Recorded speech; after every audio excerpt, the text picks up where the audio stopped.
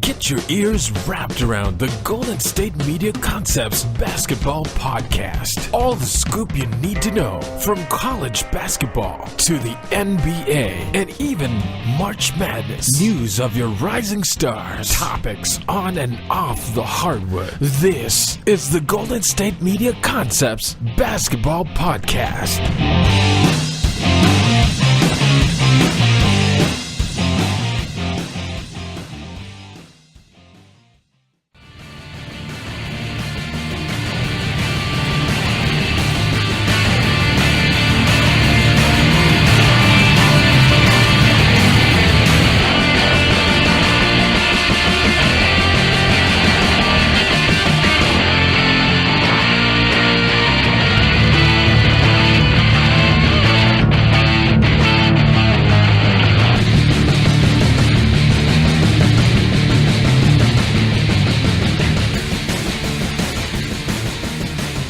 Hello, everybody, and welcome to the GSMC Sports Podcast, brought to you by the GSMC Podcast Network. I'm your host, Jeff Malinoff, as always.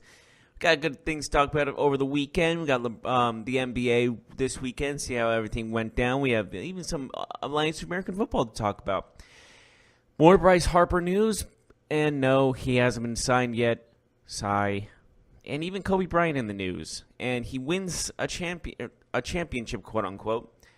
And it's not the finals, not the NBA finals, so we'll get right on that in a bit. But first, I want to talk about something LeBron said. He called out his team this weekend because they lost.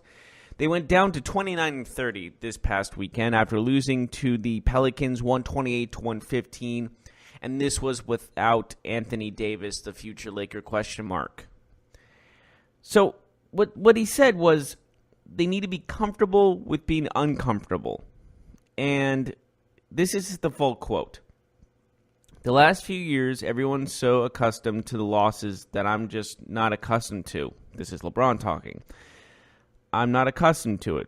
I never get comfortable with losing. Losing game 1 to Houston, it feels the same way losing game 59 in New Orleans for me. That's just how I'm built. That's who I am. And with that, he says other things too. Just we'll see what happens. We have 23 games left in the season, so on and so forth.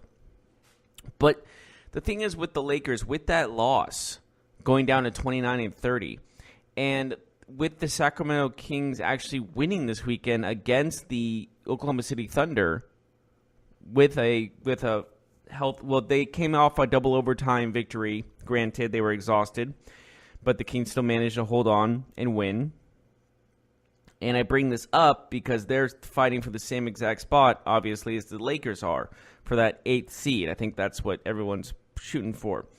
And with the Kings being ahead of them at 31-28 and the Clippers having the 8th seed at 33-28, right now things are looking kind of slim for the LA Lakers. But there is still hope because how close the Western Conference is when it comes down to from the Rockets' position, which is 5th seed in the West, downwards. It's anyone's game, really.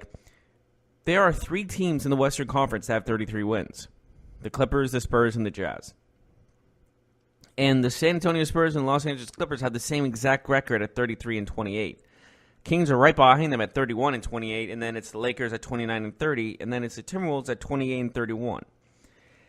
I bring up the Timberwolves because it's only one game behind the Lakers, so if the Lakers can make a run, so can the Timberwolves in theory.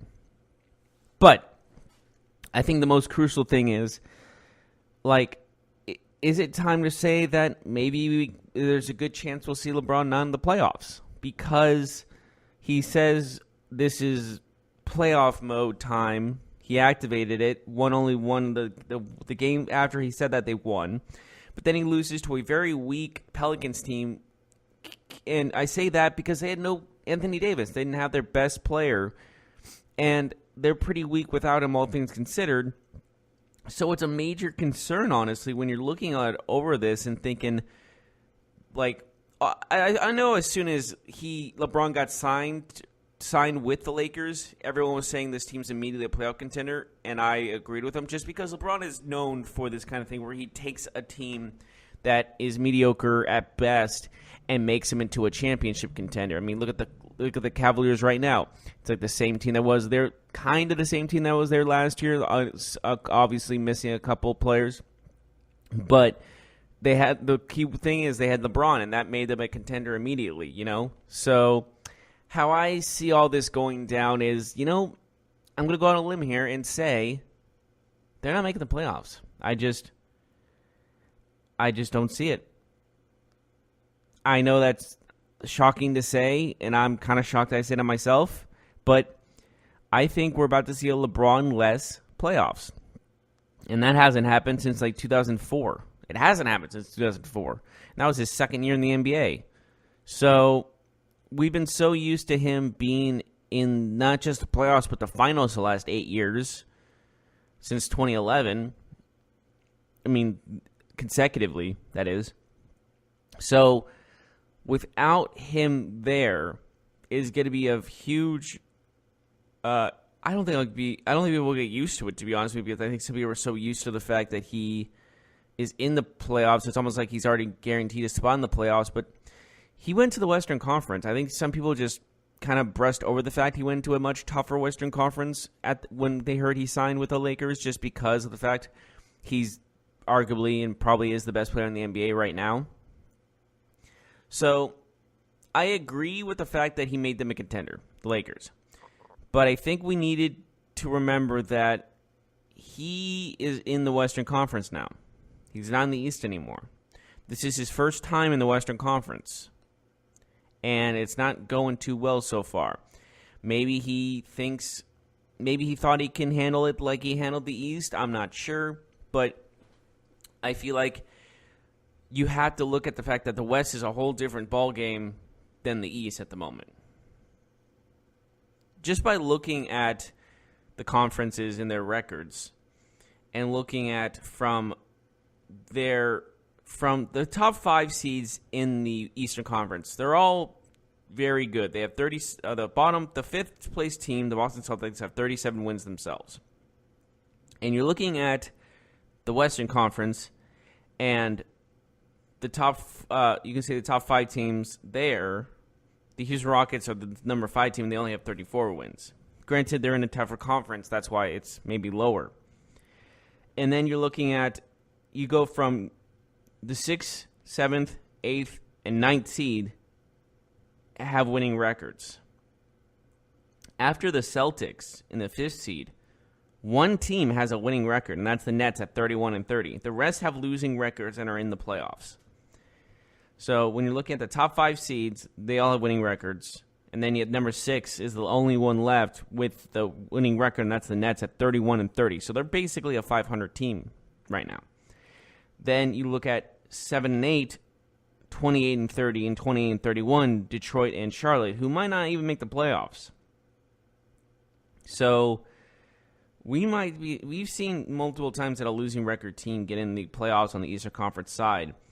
So with LeBron going to the East, or leaving the East and going to the West, it's always that concern of, was he a little in over his head? Because we all knew that the Lakers were a few pieces still short with LeBron. Like Lonzo was not going to become the best point guard overnight.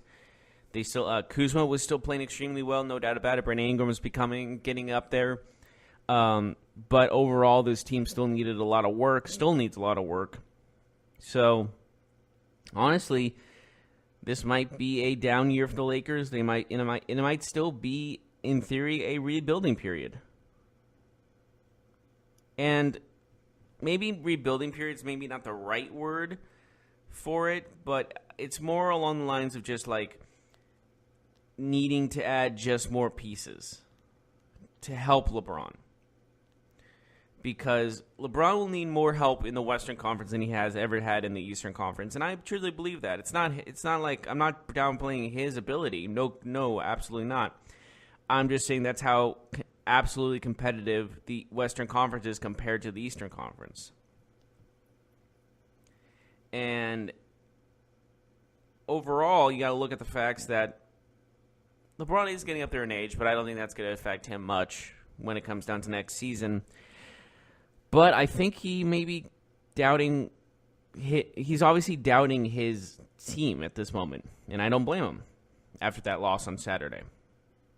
But moving on, with the rest of the weekend, we had the Raptors and the Spurs. DeMar DeRozan returning to Toronto for the first time. They gave him an emotional standing ovation, which I thought was really cool, well-deserved in my opinion. He's still one of the best Raptors to ever play, all things considered.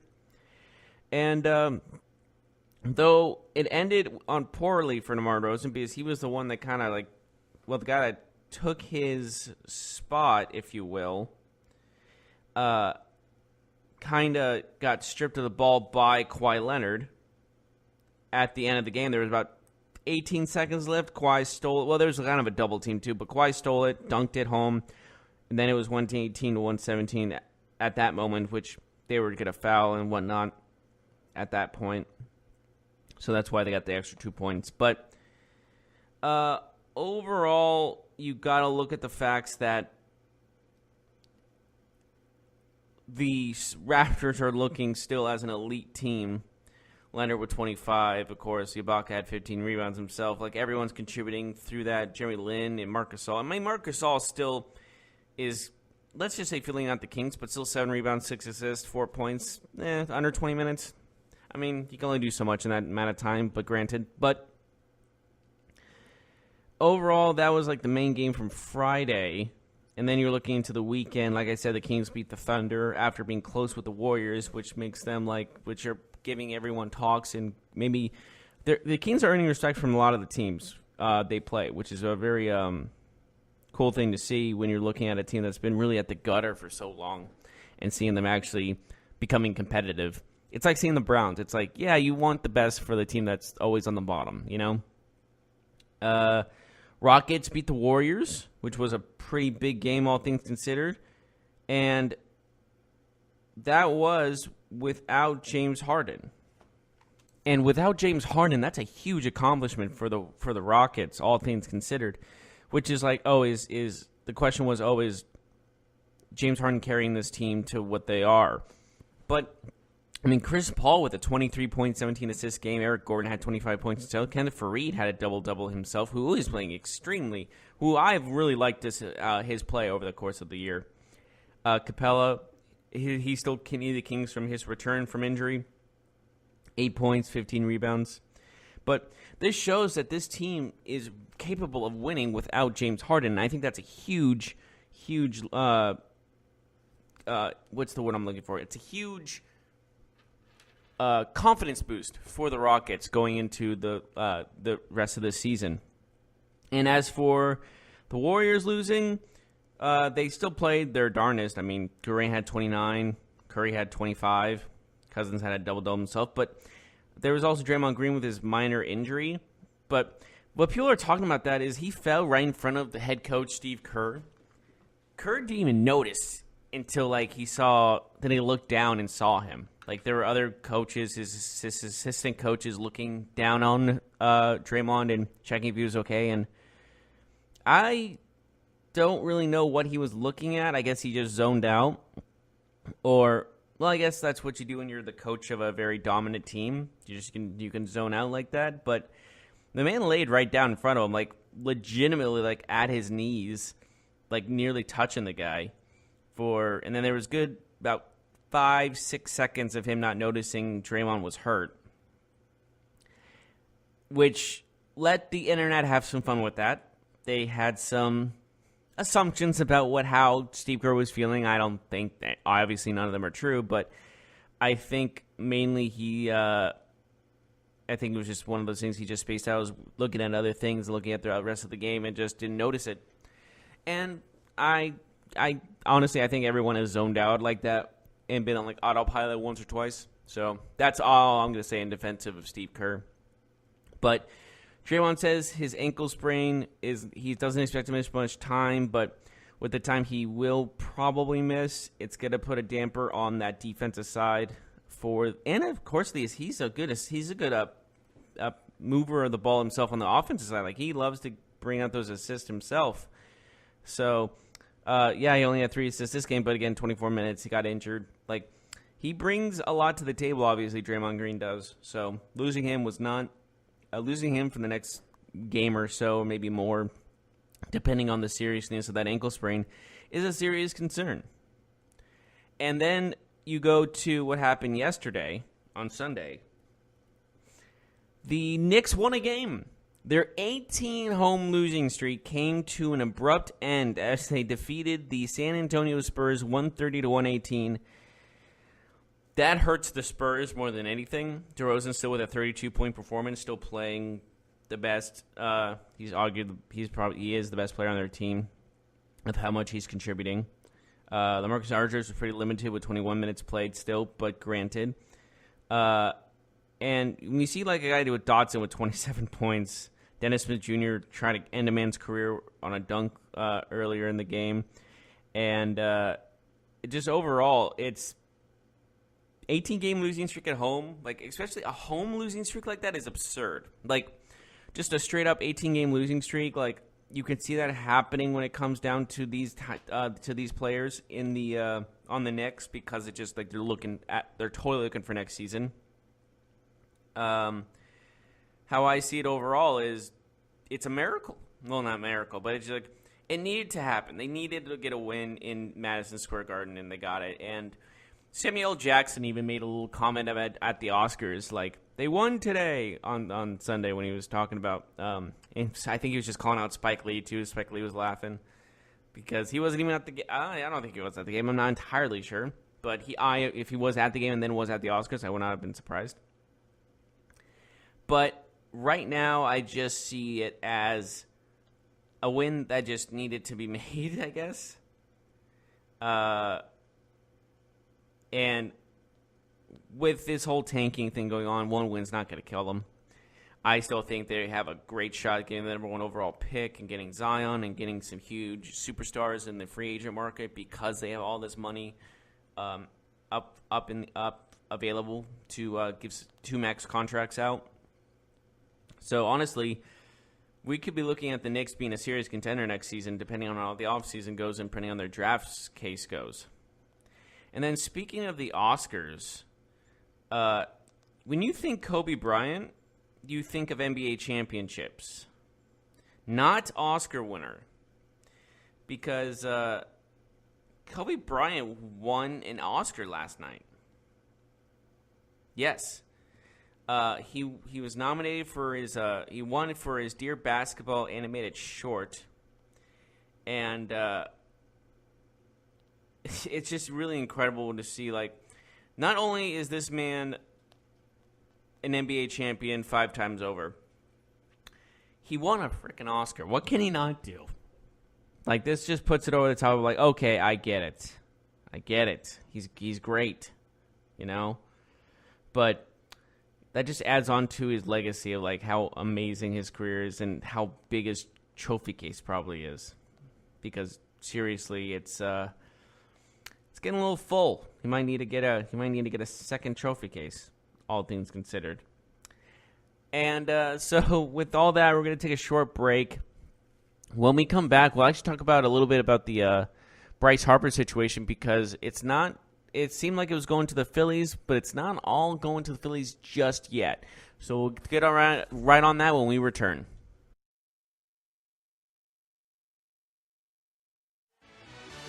Are you looking for the very best NFL and college football podcast? Then check out the GSMC Football Podcast. Get the latest football news both on and off the field. From the NFL Draft to trades to the rumor mill to the NFL Combines, they got you covered. That's GSMCpodcast.com/football-podcast. Get updates on college rivalries, game day insights, and much, much more. It's football talk the way you want it. This show eats, sleeps, and breathes football. Don't forget to like them on Facebook and follow them on Twitter. Visit GSMCpodcast.com for more info.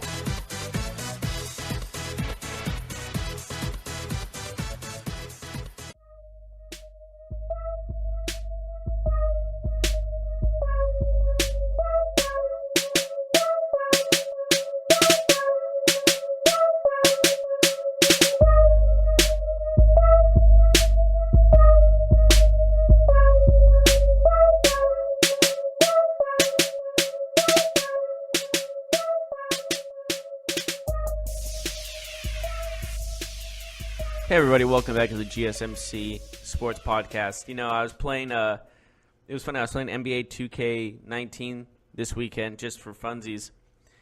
And actually it was last weekend, I apologize, because they had the free play for the weekend, so I took advantage of it. I'm like, yeah, sure, I'll give it a shot. And during like my GM mode thing, I was playing and like it was like LeBron looking for a team. It's like, oh, you can totally get him if like you have the money and stuff. And of course, when you're doing the my GM mode thing, you clearly don't have the money because you're an expansion team. And so I'm like, oh, okay, so he's just gonna go to the Lakers. He signs with the freaking Sacramento Kings for some reason. I didn't even know the Kings had that much money, but the Kings signed LeBron James in this game, and it was just like, this is the most unrealistic thing of all time. It was just one of those things. I'm like, are you kidding me? He signed with the Sacramento Kings? Like, it just blew my mind. And then I played a second GM mode thing, and he signed back to the Cavs. So it really didn't make a lot of sense, that one. So he just has to go to the Lakers, and then 2 times I played GM mode. But regardless, moving on. We're going to baseball. As Bryce Harper, it sounded like the Phillies were going to grab him this weekend. It seemed like it was almost like they were getting closer and closer for a shot at for the signing of Bryce Harper. It was like they were in deep talks, quote unquote, and all this other stuff. Like you keep getting the information every single day of how close they're truly getting to signing him. But still nothing yet. The owner's actually still optimistic about it, so I'm not sure what that really means, good or bad for the Phillies. Getting after all this time, you don't get him, it'll be a complete failure, honestly, because you're trying all this time to get the guy, and if you fail, it's gonna be pretty bad in the long run. But the Dodgers are up back in the mix for Bryce Harper, and they are among the 5 teams eyeing the free agent. This is by Tyler Conway as of today, actually. But with the Phillies having major market competition going through this, it's kind of showing what's the problem with free agency, how long this is taking, of course. And, of course, we say the Dodgers are back in the mix because they did trade Puig and Matt Kemp to the Cincinnati Reds earlier this offseason. But, like, with the signing of A.J. Pollock, everyone thought, oh, okay, so they kind of gave up almost. Maybe not gave up, but like they just decided not to go after Harper anymore. But, of course, there's always still a major threat just because they have enough money to buy a country, basically. And with that, you're looking at just like we thought the San Diego Padres were going to they said they were going to make a jump for Harper, but I think they're backing out on that deal because they already got Manny Machado. And there's also another team in the California area, the San Francisco Giants, are among the teams interested in Harper. And it would be very interesting if they landed him because I think they would be up there in the potential take the division from. They'll be one of the teams able to take the division from the Dodgers in theory. But again, we'll see how that turns out. But honestly, if Bryce Harper does not go to the Phillies, I'll be shocked because I was like earlier in the podcast with all that stuff with Mark and stuff. I was like, oh, he might not go to the Phillies. He would have done it by now. And there's always been that like hesitation of him not going to the Phillies. Like, why has he not pulled the trigger? You know. But honestly, like, I don't see really what's going on. Why he would not already sign? It seems to me that he's thinking maybe location. Maybe the team itself. Like, I'm not entirely sure what he's thinking about overall. But it's definitely a concern if you're the Philadelphia Phillies because, wouldn't you think, why hasn't he done this by now? Like, why hasn't he signed? Like, this should already be done. So, I don't know. I just see this as more of it just seems like maybe Mark was right all along. Maybe like Bryce Harper doesn't really want to go to the Phillies. Maybe he just will go there because he has no other option really. Maybe not option, but like when it comes with the most money. That's just how I see that at least. So with that being said, I honestly have no idea when this is actually going to happen, when Harper's finally with a team. But we are in the beginning of spring training. And he still hasn't founded a team. So I don't know what to say about that. I'm getting kind of bored of this whole situation, to be completely honest with you. But overall, I just want to say, Harper, please make a decision soon. Pretty please. With sugar on top, please. Is that too much to ask? Is it? Okay. Well, just let me know when you're going to do this. I'm leaving a voicemail for him. Like, give me a call when you get a chance. Yeah, no. But overall, Harper's taking a sweet old time with this. And every player, like the big-time players are now looking into, like, sounding off on how the free agency is broken. Like, multiple players have already said it, and players are continuing to say the problem with the free agent market in the MLB, and everyone's agreeing with it. So how I see this, at least, is the fact that they need to do something. I don't know what you do. I don't know what goes down, but I think the bottom line is you need to do something. You need to fix this so we don't have to wait. Let's see. It was November when we were all waiting for this. So it's been, let's see, November, December, January, all of February. So it's been about 4 months. Even almost 5 now going into March. And that is just unacceptable in these kind of circumstances where this is arguably the biggest free agent signing going to happen in the last decade, because Bryce Harper's that talented of an athlete and that big of a player.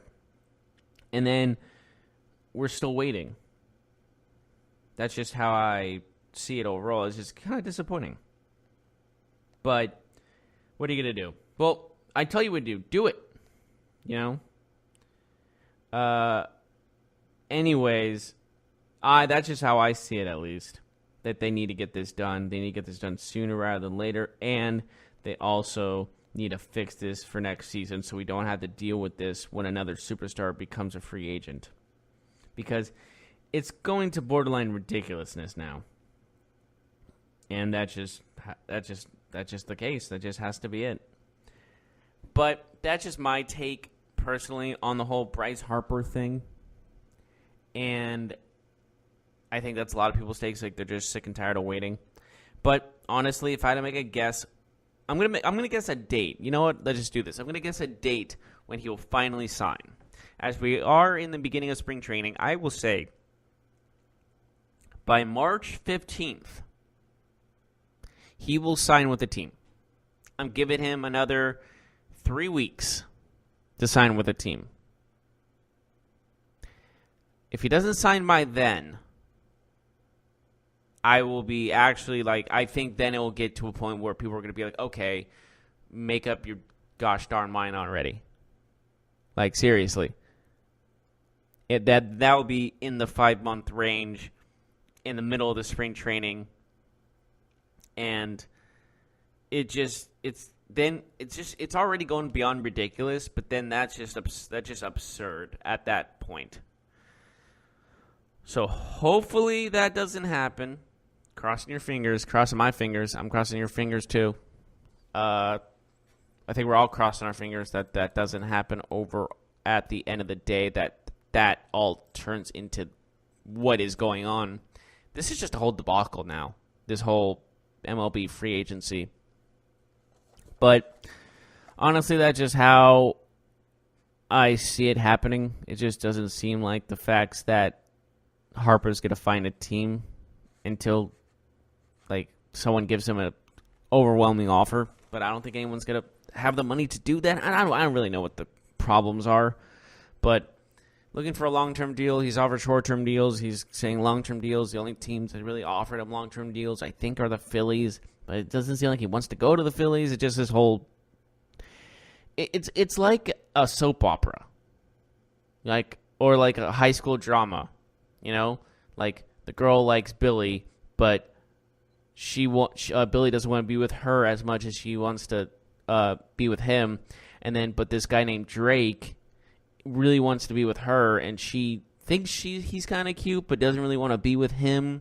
But he's maybe trying to date him to make Billy jealous, so Billy will go up and try to proclaim his love for her. It's this kind of ridiculousness that you're like, just stop. This is why I don't watch any high school dramas, and also I'm 23. So that also is one of the reasons why. Anyways, we are going to take a short break. When we come back, we'll be talking about some football news, some Alliance of American Football news, even some Le'Veon Bell news, so on and so forth. But we'll be right back right after this.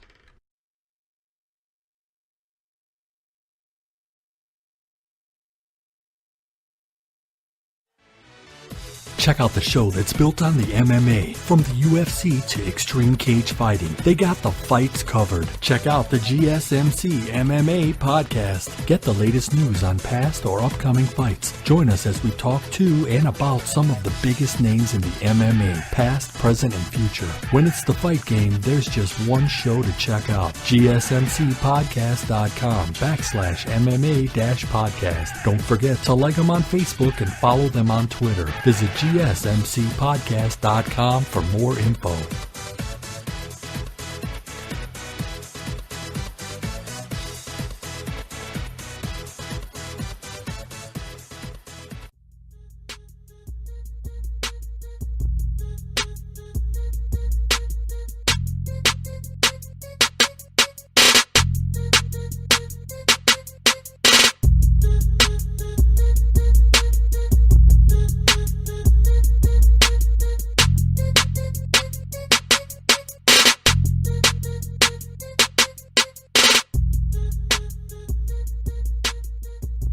Welcome back to the GSMC Sports Podcast. Moving on to football, the Alliance of American Football, to be more specific, kind of, because we'll also talk about NFL stuff. But since the AAF is in the middle of a season, they're going to be talked about because there's literally nothing else. Well, they're not literally nothing else, but once it hits that March 13th area where free agents can sign wherever and trades can happen, and my life will be a lot more interesting. Oh, that just sounded sad as it was coming out of my mouth. But regardless, moving on, as there was another great week of AAF football. Well, I guess that's redundant saying AAF football because the F stands for Football and Alliance American Football, and I just said football again. So, regardless, what the main story is Trent Richardson to me.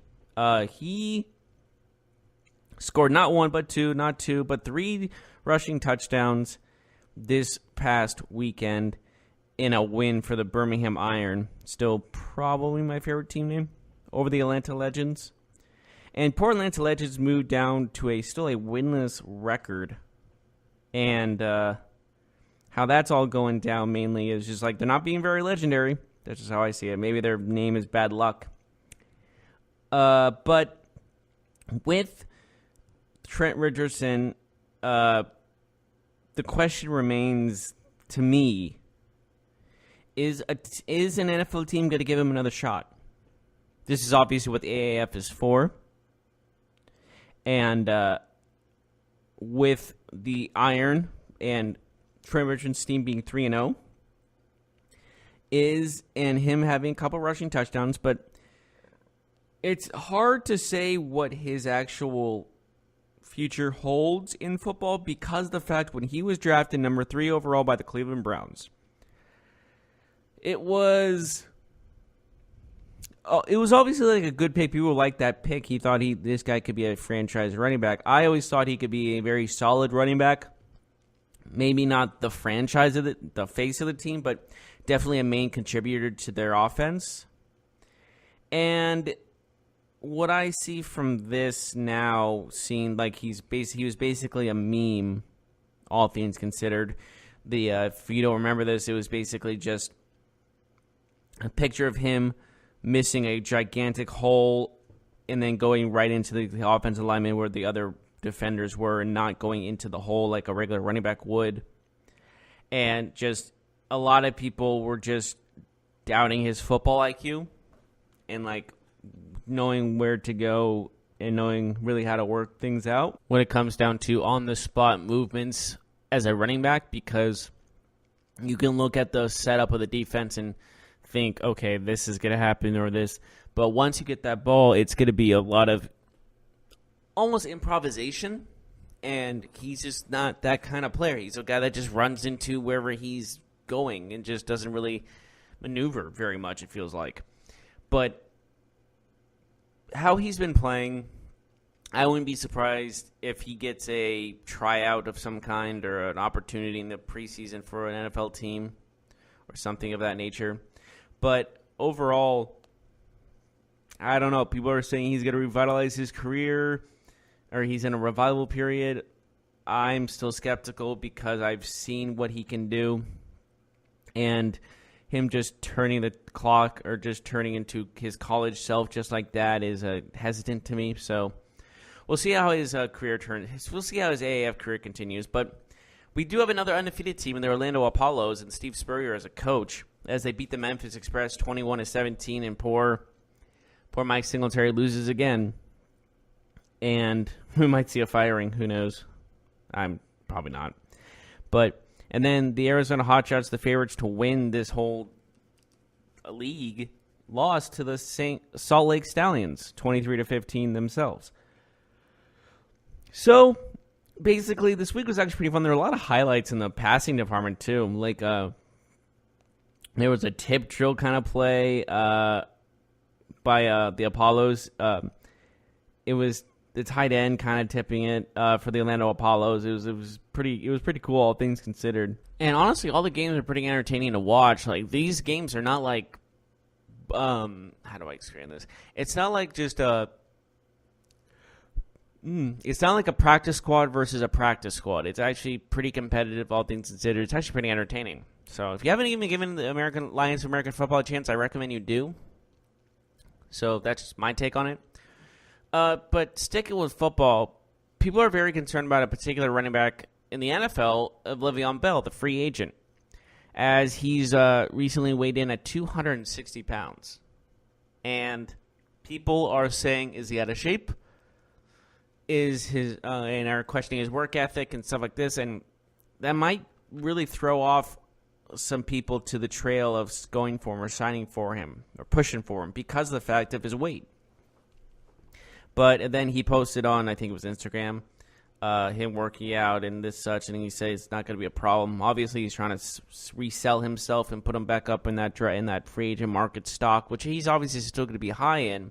But looking at it in perspective, when you see a running back at 260 pounds, that's a serious concern.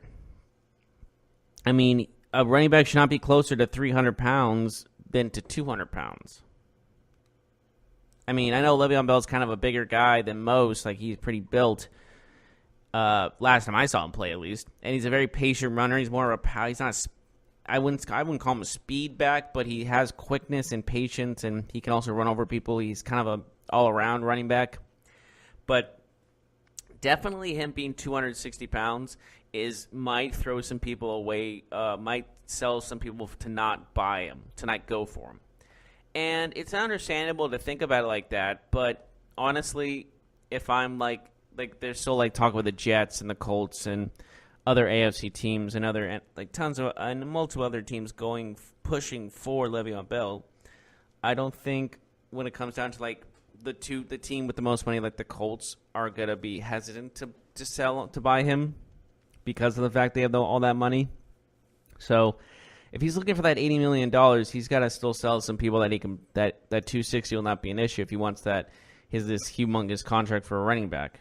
So there is some little bit of issues with Le'Veon. He did try to sell it overall, try to sell that it's not going to be a factor, but still a concern, honestly, if you're a general manager looking to sign him. But again, maybe that won't be a big of a factor as many think, but who knows? But I honestly think it's more along the lines of just him being away from the game for a whole season really put a damper on his maybe workout regimen, and maybe he was I'm not entirely sure what his how his workouts were going throughout the his time away, but obviously he's trying to step it back up and be the top paying free agent out of this season. And with also Antonio Brown of the Steelers most likely gone, this is going to be a very interesting offseason for sure, especially in Pittsburgh, and not for the good reasons, all for bad, because they might lose their two. They're obviously gone with Le'Veon. Le'Veon's gone. So they already lost their number one running back. They have James Conner, which is a fine replacement, sure. Then they're going to lose their number one wide receiver, Antonio Brown, most likely. It seems like that's just a conclusion. But how are the Steelers going to come back from this? I don't know. But this will be obviously this free agent market and this offseason is a huge test to them and seeing they can rebuild that offense without those two. I know James Conner and Juju Smith-Schuster are good replacements, but you're going to need more weapons to help them out and complement their style of play, because Juju's never been the number one guy in the NFL before, so you might need some help as a number two guy in a slot position as well. And there's just a lot of things you got to look at when it comes down to the end game for the Steelers. And if I don't see them making the playoffs. I think it's going to be the first time they go 2 years in a row without making the playoffs, and who knows how long. But regardless, I think that it's going down to the moment, and we might see a rebuild for the Steelers. I know Mark kept saying they don't rebuild, and I get that. They don't. That's not their MO. But, there's a first time for everything, and it might be that time. But we are going to take a short break. But when we come back, we'll finish up today, talking about anything else in the news relative to sports, and we'll be right back right after this. Don't go away. Check out the show built around the women of MMA. From the UFC to the extreme cage fighting, we got the fights covered. Listen. It's the Golden State Media Concepts Women's MMA Podcast. The latest news of upcoming fights, discussions of previous matches. Join us as we talk to and about the biggest names in women's mixed martial arts, past, present, and future. When it's the women's fight game, you know where to listen to. The Golden State Media Concepts Women's MMA Podcast.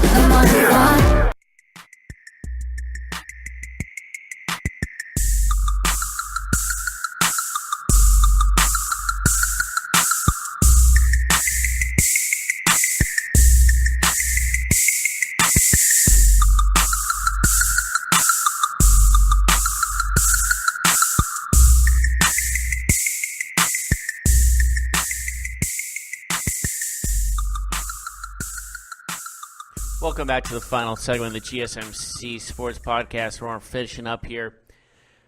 And with the Combine starting Tuesday, but not on-field stuff starting Friday, it's time to look at the Combine itself. And with multiple top picks in the draft, like a Nick Bosa and a Kyler Murray, and so on and so forth, actually quote-unquote participating in the draft, we don't know what they're going to be limited to the full extent of that knowledge, but there's still a lot of questions to be answered with a lot of them. Like Nick Bosa with his injury that kept him away from Ohio State and had him just focused on the draft in the middle of the season that time. Is that going to be a factor? Kyler Murray, of course, his height is also the big factor in that circumstance. And, of course, just like when you look at past combines for like Rookie of the Years and stuff like that, it sometimes shows, but sometimes doesn't show what someone's capable of. I always thought the Combine was just a little like more of a, it is basically an audition of like, what can he do? What can we see in a potential with this guy? Because you can never really see what he's capable of in the professional level until he plays in the professional level. Because going from college to the NFL is a lot different.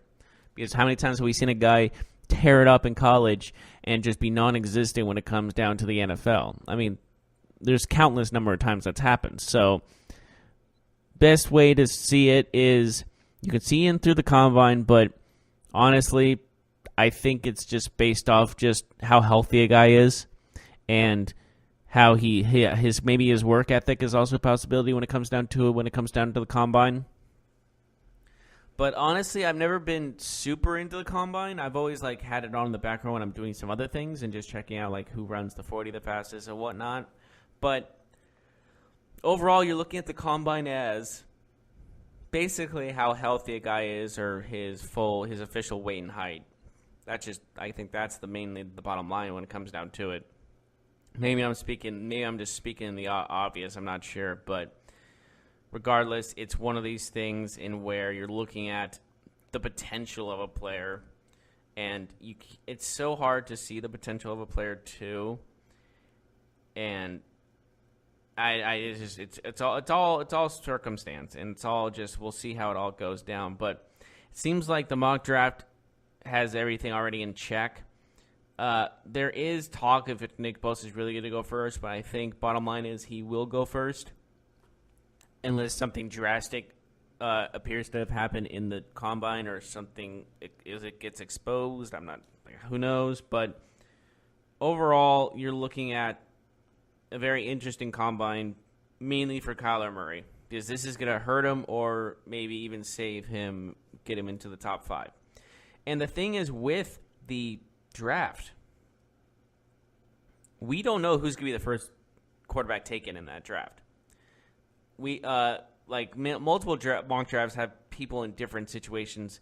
Some have Daniel Jones going in the top, one of the first 3 taken. Some have him going all the way down to the Patriots at number 32. And then of course with the first quarterback taken, a lot of people say it's going to be Dwayne Haskins to the Giants. Some say they're going to go Drew Lock. And it just you really don't know who's really going to be the first quarterback taken. And with that, I say, is there a wrong choice in theory? Because I think it's the first team to go is the Giants. I think the first team to pick a quarterback should be and will be the Giants. And for them, I think they're sticking another season with Eli Manning. It just seems like it's gonna go that way as well. So I think the main question for that is that the best place for any quarterback in the draft right now? Because that's an interesting thing to think about, because sometimes getting that year off, a.k.a. Patrick Mahomes or Aaron Rodgers, for another example, of taking time before actually starting, not being immediate starters, turning out to be excellent. So is it going to be the best situation possible for any of the quarterbacks? Is the Giants the ideal place? We will see. Because whoever gets picked next, whether it's in Miami or Jacksonville or even let's say the Redskins, is this are they going to be pushed to the immediate starter and expect to contribute right away? Because that's putting a lot of pressure on these guys, all things considered, and we'll see what happens. But I never really liked the fact that the quarterbacks get immediate starts and expect to just become amazing just like that. I mean, that's a once in a generation type of thing to happen, because of the facts that, look at Baker Mayfield, a great rookie season, no doubt about it. But then you look at Peyton Manning's rookie season, he didn't do well at all, and then he turns into one of the greatest quarterbacks, if not the greatest quarterback of all time. You see, that's why I think people get wrong about the draft is people think it's an immediate change, but it's all really about patience. You got to have the guy marinate in the NFL for a little bit before you really put a lot of pressure on the guy. That is how I see it. That's how I've always seen the draft. A guy can contribute right away, absolutely. I'm not saying they can't, but to expect them to be this all-pro player right off the bat is unfair. That's just how I personally have seen it. But that's just how things go. And can they change things up? Absolutely. Can they be all pros in the first year? We've seen it happen before. So it's not like it's impossible. So I'm just saying to fans of with the couple of first picks and stuff, do not get your hopes up right away. Give them an opportunity to have some miles in the NFL before you really go into the fact like they're bust or not. Because I've seen many occasions in where a team or a fan base says this guy's a bust and he's only been in the league for half a season. And just because he has not contributed to the team yet. So all I have to say is patience is a virtue. And I know in the NFL, a lot of people are in a win-now situation. And a lot of fan bases are sick and tired of like a losing team like the Jets or the Raiders or something of that nature and expecting a team to really win now. But, overall, you just got to look at it like just think about it. It's a future. The free agent market, that can be for win now, absolutely. But for the draft, give them a year or two. That's just how I see it, and that's how I've always seen it. But, I think that's our show for the day. Thank you for joining us, everybody. I really enjoyed talking to all y'all about sports. Tune us in tomorrow. We'll have hopefully more information about the Combine and so on and so forth, because the Combine will be starting tomorrow. And hopefully other news will happen in baseball. Bryce Harper find a team already. And as always, I'm Jeff Malinoff. I'll see you next time. You've been listening to the Golden State Media Concepts Basketball Podcast, part of the Golden State Media Concepts Podcast Network. You can find this show and others like it at www.gsmcpodcast.com. Download our podcast on iTunes, Stitcher, SoundCloud, and Google Play. Just type in GSMC to find all the shows from the Golden State Media Concepts Podcast Network, from movies to music, from sports to entertainment, and even weird news. You can also follow us on Twitter and on Facebook. Thank you, and we hope you have enjoyed today's program.